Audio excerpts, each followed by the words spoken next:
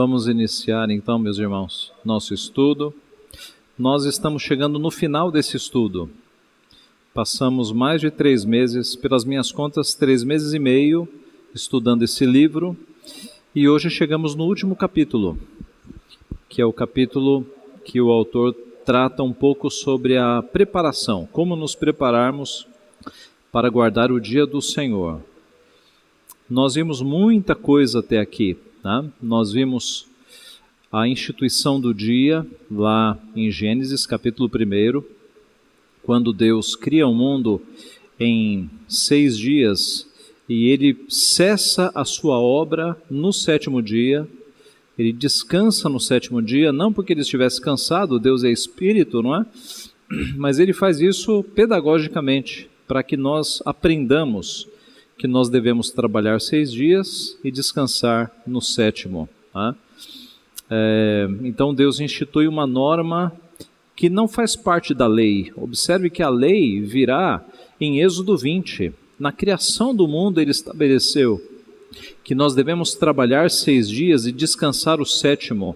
Então não tem a ver com promulgação da lei. É uma lei de fato, né? Uma lei perpétua, acultural, atemporal, vale para todas as épocas e para todas as culturas, mas não se trata de uma lei cerimonial, que cessou com a cessação dos sacrifícios. É uma lei moral, que ela dura durante todos os tempos. Quando Cristo ressuscita, você observa no Novo Testamento a igreja não mais se reunindo no 7º dia, mas passando a se reunir no 1º dia da semana. Nós vemos isso claramente. Nós já tínhamos um prenúncio de que o 1º dia da semana era guardado e seria guardado já no Antigo Testamento. Algumas festas do Antigo Testamento já caíam no domingo. Por exemplo, o Pentecostes. Né? O Pentecostes era guardado no domingo. Pentecostes, como o nome já dá a pista, de penta, de 50, o Pentecostes era uma festa que era comemorada no dia de número 50. 7 semanas, né?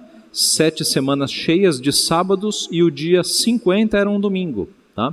Então, quando o Espírito Santo desceu sobre a igreja em Jerusalém, eles estavam reunidos num domingo também. O que eles estavam fazendo reunidos? Eles estavam orando, cultuando, e o Espírito desce ali sobre eles. Então nós vimos que o dia é mudado, mas a obrigação não é mudada. Nós continuamos trabalhando 6 dias e guardando o dia seguinte. A diferença é que na antiga aliança você trabalhava e descansava. Com a ressurreição de Cristo, e Cristo é o nosso descanso, nós descansamos e trabalhamos. Há uma inversão nessa ordem, tá? Mas o mandamento ainda é guardado da forma como está lá. Trabalharás 6 dias e no 7º descansarás. Nós vimos também as promessas associadas à guarda deste dia, né? Em Isaías 58, Deus dizendo que se nós levarmos com seriedade este mandamento e não cuidarmos dos nossos próprios interesses neste dia, diz Deus numa linguagem poética: eu te farei cavalgar sobre as montanhas, te abençoarei com a herança de Jacó. São termos para mostrar a bênção de Deus sobre a nossa vida. Isso é relatado com frequência na literatura puritana, os nossos pais espirituais, chamados puritanos. Vários puritanos mostram esse aspecto de que aqueles que guardam com zelo e dedicação o dia do Senhor, eles são mais abençoados, eles têm uma vida mais abençoada. Por quê? Porque semanalmente você dedica um dia inteiro ao Senhor, um dia inteiro, o domingo, e você gasta o domingo com exercícios espirituais de adoração ao Senhor. Aqueles crentes que nunca foram ensinados nesse sentido, para eles o domingo é um dia em que se vai na igreja, mas a vida é normal, né? Trabalha, vai fazer compras, não é um dia especial. Michael Horton, no livro Um Caminho Melhor, que é um livro sobre culto, ele dá o seu próprio depoimento. Ele diz que no passado ele era do tipo de crente que cria que todos os dias são iguais. Ele dizia assim: todos os dias são do Senhor, eu não preciso guardar um dia, todos os dias são do Senhor. E ele, nessa época, escreveu um livro que está publicado em português, que se chama A Lei da Perfeita Liberdade, que é um livro bom, exceto o capítulo que fala sobre o quarto mandamento. Por quê? Porque o Horton, ele era da posição de que todos os dias são iguais, não precisa guardar nenhum dia especial. É um livro muito bom, exceto neste capítulo. Passaram-se uns 10 anos e Michael Horton reviu a sua posição. E aí ele escreve o livro Um Caminho Melhor, que também está publicado em português. E aí nesse livro Um Caminho Melhor, ele confessa, olha, eu era daqueles que achavam que todos os dias são do Senhor, não precisa guardar nenhum. Mas eu percebi que quem diz que todos os dias são do Senhor, acaba não guardando nada para o Senhor, porque todos os dias são iguais. E aí ele voltou à sua confessionalidade de perceber que nós devemos fazer toda a nossa obra em 6 dias, é claro, com comunhão ao Senhor, com períodos devocionais, mas reservar um dia inteiro para adorar ao Senhor. Tá? Então eu recomendo com entusiasmo esse livro, Um Caminho Melhor, do Michael Horton, é um livro sobre culto, e no capítulo que ele fala sobre a guarda do dia do Senhor, ele dá esse depoimento. Nós vimos as bênçãos então para quem guarda este dia, nós vimos as exceções, né? Obras de necessidade, obras de misericórdia. Então, no domingo, você não precisa parar de fazer aquilo que é necessário. Tá? Questões de higiene pessoal, trabalhos emergenciais, pessoal que trabalha na saúde, pessoal que trabalha em segurança, força pública, militarismo. Quando você é escalado para trabalhar no domingo, é uma obra de necessidade, você está atendendo ao seu superior, então você vai sabendo que não é a tua vontade, é a vontade do teu superior, e é uma obra de necessidade. Então assim funcionam com aqueles tipos de trabalho que a pessoa é obrigada a de vez em quando trabalhar no domingo. Se a pessoa está no emprego que ela é obrigada a trabalhar todo domingo, a recomendação é troque de emprego, porque aí você está, né, já não é mais uma exceção. Tá? Obras de necessidade tem a ver com exceção. E obras de misericórdia. Nós vimos os textos do Novo Testamento que mostram que quando alguém está precisando de ajuda, né, quando há de fato uma necessidade de ajudar o próximo, essas obras de misericórdia são muito próprias para o dia do Senhor. Tá? O Paipa termina então o seu livro falando sobre como se preparar para guardar este dia. Vamos orar mais uma vez. Pai Santo, te agradecemos pelo conteúdo da tua palavra, te agradecemos pelos irmãos que escreveram tantos livros proveitosos explicando a tua palavra para que a entendêssemos melhor, Pai. Te agradecemos pelo ensino recebido até aqui, pedimos a tua graça para que nós nos aperfeiçoemos em guardar bem este dia, para o benefício da nossa alma e para a glorificação do Teu nome, Pai. Tem misericórdia da igreja evangélica, da igreja que se chama pelo Teu nome, que por falta de instrução tem quebrado este mandamento constantemente, Pai. Abençoa os pastores, os pregadores, para que eles possam retornar à obediência deste mandamento e ensinar o Teu povo, a fim de que a Tua igreja seja mais forte, mais abençoada, mais fortalecida. E abençoa nós nos nossos desafios, para que em tudo nós honremos o Teu nome e nos aproximemos de uma guarda fiel deste mandamento. É o que nós pedimos, te agradecemos, em nome de Jesus. Amém. No domingo passado, nós falamos sobre tornar este dia proveitoso, né, agradável. E o Joseph Paipa, no livro, ele mostrou que muitas vezes os pais não têm muita sabedoria na guarda do domingo e tornam o domingo um dia extremamente triste para as crianças, né? Porque tira televisão, tira internet, tira videogame, e aí as crianças vão fazer o quê? E aí ele dá várias sugestões do que fazer no dia do Senhor. Nós vimos isso domingo passado, né? Depois você pode voltar lá ao vídeo, mas ele dá sugestões como gincanas bíblicas no domingo à tarde. Veja, domingo de manhã e domingo à noite você está na igreja, sobra o domingo à tarde, né? Então no domingo à tarde é o desafio. Filmes evangélicos, gincanas bíblicas, debates bíblicos, período de oração, de leitura de bons livros, dá para fazer várias coisas. Domingo passado, lá em casa, à tarde, nós costumamos ver filmes evangélicos, né? Mas domingo à tarde nós fizemos algo diferente. Eu organizei uma gincana lá com as crianças. E nós passamos a tarde de domingo com jogos bíblicos. Foi muito, muito interessante. Por conta da competição entre irmãos, teve uns pequenos atritos, mas todos sobreviveram. Foi muito interessante, né? Se você precisar de dicas, vocês pais, falem comigo. Há uma série de exercícios e de jogos e de atividades de gincana bíblica que são muito proveitosos, tá? E a criançada, brincando, aprende a palavra de Deus. Então essa é uma sugestão do próprio Joseph Paipa, tá? Você passar o domingo com atividades que sejam bíblicas e que sejam na forma da criança, tá? Isso é muito oportuno. Muito bem, então o estudo de hoje vai tratar sobre o planejamento antecipado. E o Joseph Paipa começa dizendo que até as férias têm de ser planejadas para dar certo. E todo mundo aqui que já viajou sabe disso, né? Não adianta no dia da viagem você sair correndo atrás de mala. Você tem que se preparar antes, fazer as malas com antecedência. Quanto maior a sua família, mais o estresse, né? Porque a quantidade de malas, de roupas. Então você tem que ter uma preparação, observar as contas que vão ter que ser pagas no período. Se você tem animal de estimação, arrumar alguém para deixar ou para vir na sua casa. Há uma série de planejamentos quando você vai tirar férias, para que tudo fique pronto e você possa de fato descansar.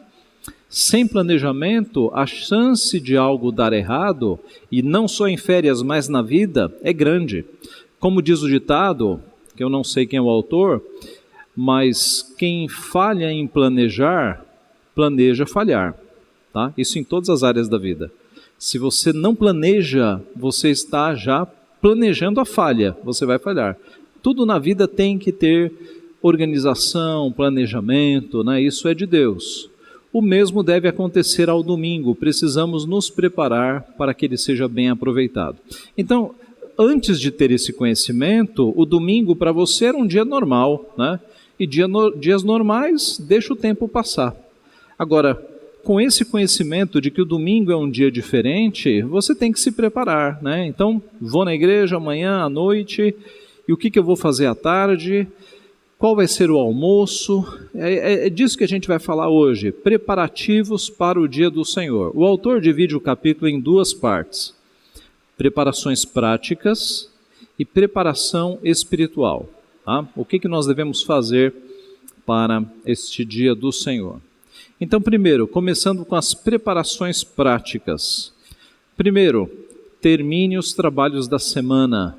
Lá em Êxodo 29, é dito: 6 dias trabalharás e farás toda a tua obra.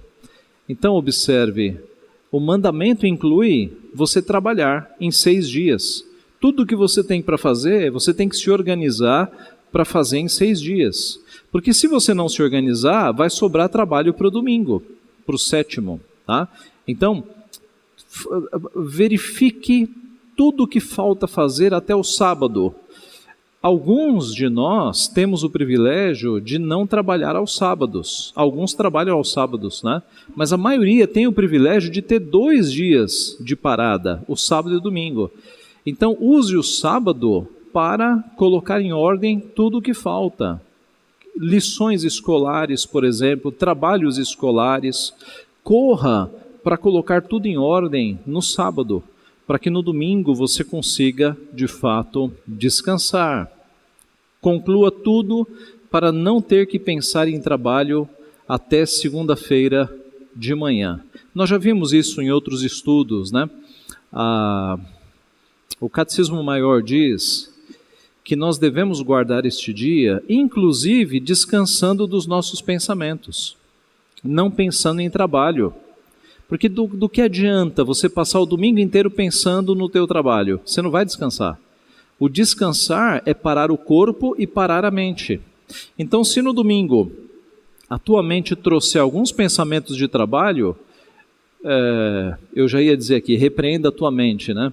Mas isso lembra pentecostalismo, né?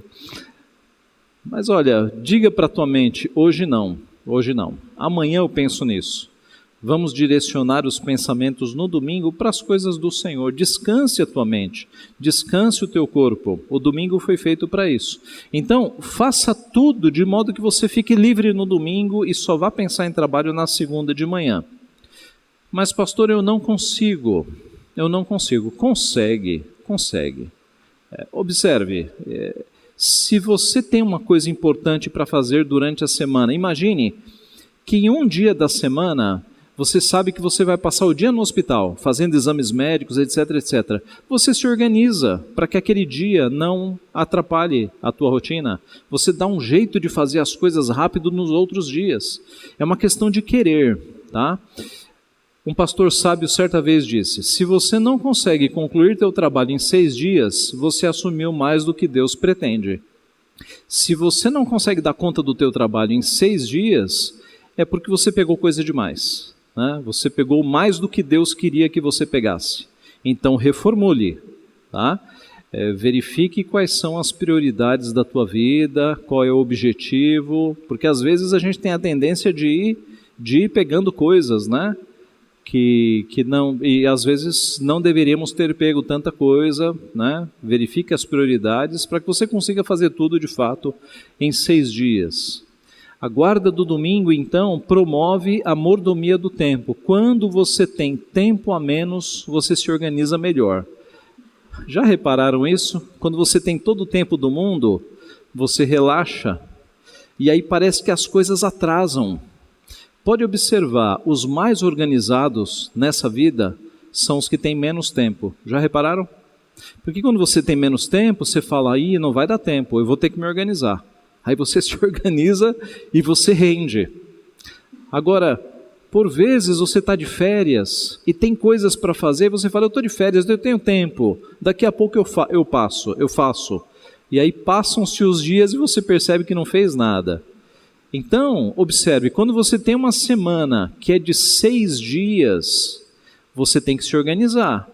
Você não vai contar com o 7º dia, o 7º é do Senhor. Você tem 6 dias, então você se organiza para fazer tudo até sábado, para que o domingo fique livre. Então, a guarda do domingo nos ensina um pouco da mordomia do tempo. Como é que a gente tem que organizar melhor o tempo para fazer as coisas, para conseguir guardar o dia do Senhor. Segundo, aprenda a planejar. Então, alguns cuidados básicos para que o teu domingo seja bem guardado. Exemplos, né? Cuide para que o carro esteja abastecido. Se durante a semana você viu que a gasolina está acabando, não deixa acabar no domingo. Dá um jeito no sábado de resolver isso. Alimentos em ordem, né? Dá uma verificada para ver se não vai faltar nada no domingo, se você não vai ter que comprar pão no domingo, leite no domingo, compra tudo antes. Não faça feira no domingo, faça antes. Em vários pontos da cidade você tem feiras aos sábados, aos dias da semana, faça a feira em outro dia. Roupas e sapatos no jeito, tá tudo passado, tá tudo lavado, organize tudo no sábado. Eu tenho um pastor amigo meu, que ele nos contava o seguinte, que o domingo de manhã era um tumulto na casa dele. E geralmente ele ia para a igreja nervoso, porque não tinha nada pronto domingo de manhã, os filhos atrasavam e ele quase chegava atrasado na igreja. É um pastor conhecido, não vou dizer o nome que ele falou ali, né? Mas ele falou, nós resolvemos isso, no sábado à noite a gente já deixa todas as roupas no jeito, todos os sapatos no jeito, a criançada já sabe o que fazer, e aí no domingo de manhã já está tudo esquematizado, e aí não tem atraso, não tem briga, né? A gente vai em paz para a igreja. Talvez você esteja se reconhecendo aí, né? Então deixe tudo pronto no sábado, deixe tudo organizado no domingo para não ter confusão, não ter atraso, não ter briga. É muito ruim ir para a igreja brigando, né? É horrível. Então resolva isso aí na sua vida. Se o almoço de domingo é especial, e geralmente o é, né? Aquela macarronada, domingo um almoço especial, cuide também para que as irmãs não passem o domingo na cozinha. Às vezes algumas irmãs não vêm no culto da manhã e na escola dominical porque estão na cozinha preparando o almoço especial. Isso não é justo, o domingo não foi feito para isso. Então, na medida do possível, adiante o máximo nos dias anteriores. Lá em casa, Vivian, ela organiza tudo o que a gente vai comer no domingo no sábado. Faz comida a mais no sábado para que no domingo já tenha comida. Ela não precise ficar na cozinha no domingo. Então isso é uma providência fácil de se fazer. Faça a mais no domingo. Há pouco tempo aqui na igreja, uma irmã veio falar comigo: pastor, eu segui aquela orientação de fazer o almoço no sábado e fazia anos que eu não descansava no domingo. E finalmente eu descansei no domingo. Não tive que fazer almoço no domingo. Então veja, funciona. Prepare tudo no sábado, irmã, para no domingo você descansar. Não precisa lavar a louça, deixa a louça lá na segunda, você dá um jeito. Descanse no domingo, tá? Terceiro, pense no seu físico. Durma cedo no sábado. Cuidado com as programações de sábado para que elas não te deixem destruído para o domingo. Cada um de nós tem um tempo de sono, né? Tem gente que dorme 6 horas e já tá novo. Tem pessoas que precisam dormir 8, 10, 12. Tem gente que dorme 12. Mas cada um de nós tem o seu tempo. No sábado, pare, vá dormir, de modo que no domingo você esteja descansado. Então não entre sábado à noite, madrugada adentro, porque no domingo de manhã você vai estar com sono, você vai estar destruído, você vai acordar mal. Então no sábado, vá dormir num horário que você tenha certeza de que você vai dormir o tempo de horas suficientes para no domingo você estar descansado, descansada, tá?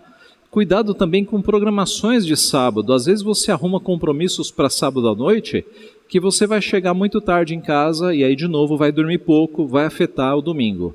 Então a preparação para o teu físico começa no sábado à noite, tá? Esse tipo de cuidado. Uma citação de Richard Baxter: recolhe-te ao leito ainda cedo, para que não esteja sonolento no dia do Senhor. O Catecismo Maior, a pergunta 117, é a seguinte: como há de ser santificado o sábado ou o dia do Senhor? Resposta: o sábado ou o dia do Senhor há de ser santificado por um santo descanso por todo aquele dia, não somente de tudo quanto é sempre pecaminoso, mas até de todas as ocupações e recreios seculares que são permitidos em outros dias.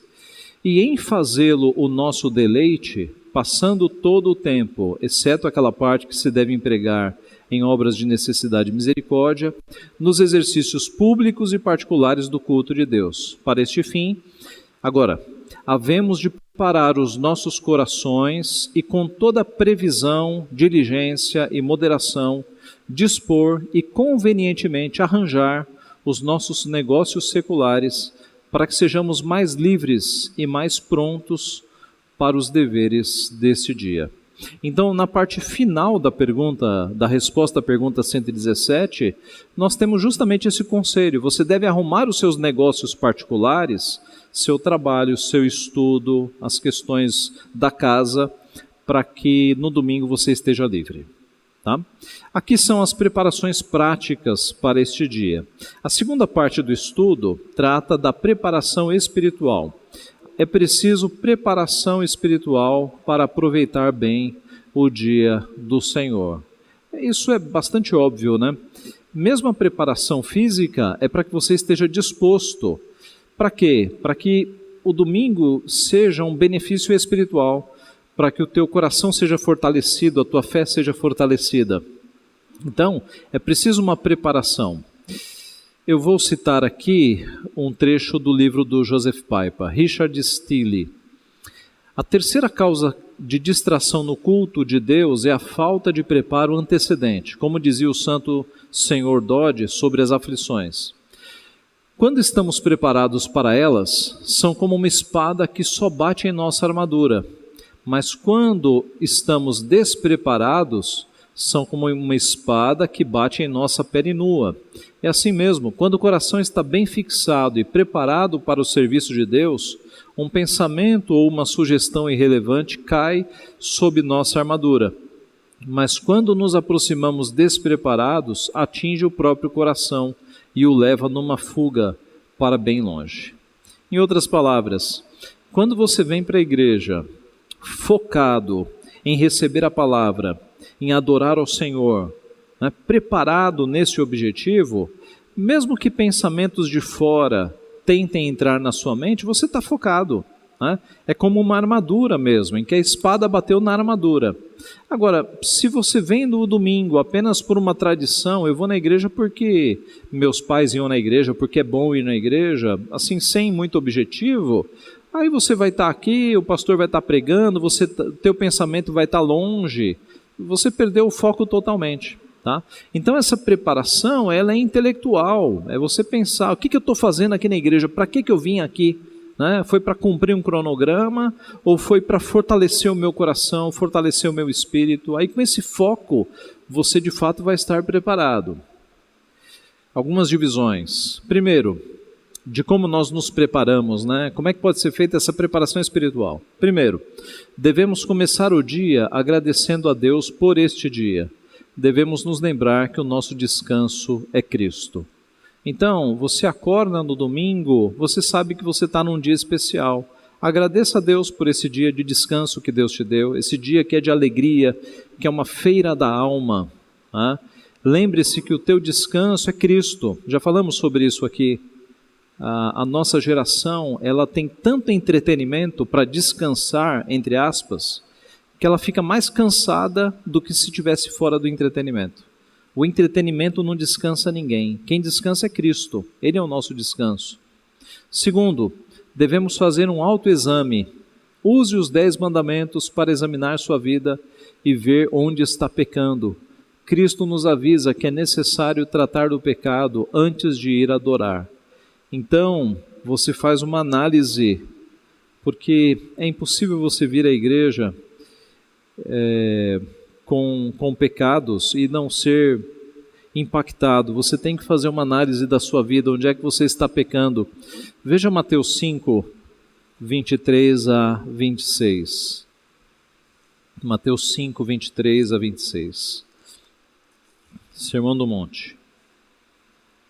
Se, pois, ao trazeres ao altar a tua oferta, ali te lembrares de que teu irmão tem alguma coisa contra ti, deixa perante o altar a tua oferta, vai primeiro reconciliar-te com teu irmão, e então, voltando, faze a tua oferta. Entre em acordo sem demora com o teu adversário, enquanto estás com ele a caminho, para que o adversário não te entregue ao juiz, o juiz ao oficial de justiça, e sejas recolhido à prisão. Em verdade te digo que não sairás dali enquanto não pagares o último centavo. Tá? O que o nosso Senhor mostrou aqui foi um exemplo de alguém que devia ao próximo. Né? Mas essa dívida financeira, ela estava implicando em uma inimizade. Por isso que se fala em reconciliar-te com teu irmão. Por isso que o texto é mais abrangente. Né? Se você não pode prestar um culto se você está sem falar com teu irmão. Você tem que resolver com teu irmão. Às vezes isso acontece na igreja, né? Na igreja, 2 irmãos que não se falam e estão lá cultuando, não deveriam estar cultuando. Participar da ceia, muito menos, porque a ceia é o símbolo máximo da nossa união. O que faz, pastor? Vai se reconciliar, resolve a tua vida, vai falar com ele, vai falar com ela, e se acerta. Né? Tem um pastor, reverendo Fulton Nogueira, é muito interessante quando ele celebra a ceia. Eu não sei se ainda hoje ele faz isso, mas eu ouvi fazendo várias vezes quando ele pastoreava aqui em Santo André. Antes da ceia, ele dava um tempo para as pessoas se reconciliarem. E teve caso de gente levantando, indo até um outro banco para abraçar um irmão que não estava falando com eles.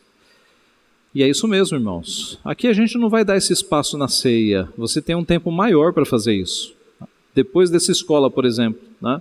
Então, se você tem alguém que você não fala aqui na igreja, que você está brigado, arrume essa situação. Você não pode estar na mesma família da fé com alguém brigado, você não pode participar da ceia, você não pode adorar. Isso não é uma regra da igreja, é Cristo que está falando. Se ao ir cultuar, você se lembrar que está devendo algo ao teu irmão, vai se reconciliar com ele primeiro e depois você vai cultuar, porque senão é um culto hipócrita. Tá? É como aquela anedota de 2 muçulmanos, um correndo atrás do outro com uma faca. Tá? E aí quando deu o horário das orações no islamismo, os dois pararam, estenderam o tapetinho no chão, fizeram lá as orações virados para Meca, aí enrolaram o tapetinho de novo, guardaram, o indivíduo pegou a faca e continuaram, um continuou correndo atrás do outro.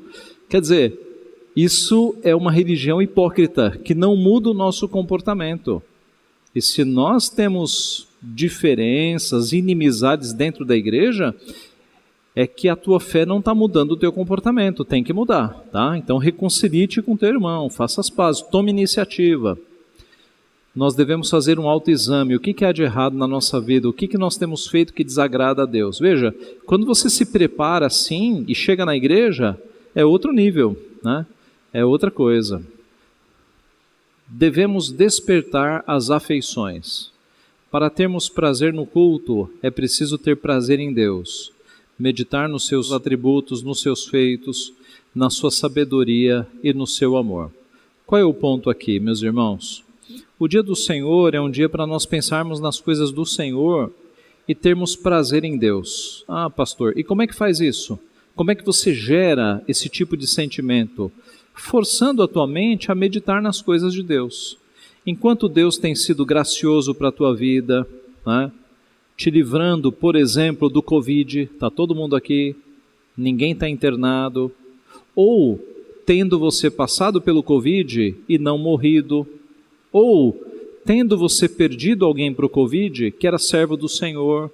Em tudo você pode ver a mão maravilhosa de Deus, graciosa de Deus, meditando no que Deus tem feito na tua vida, em como Deus é bondoso.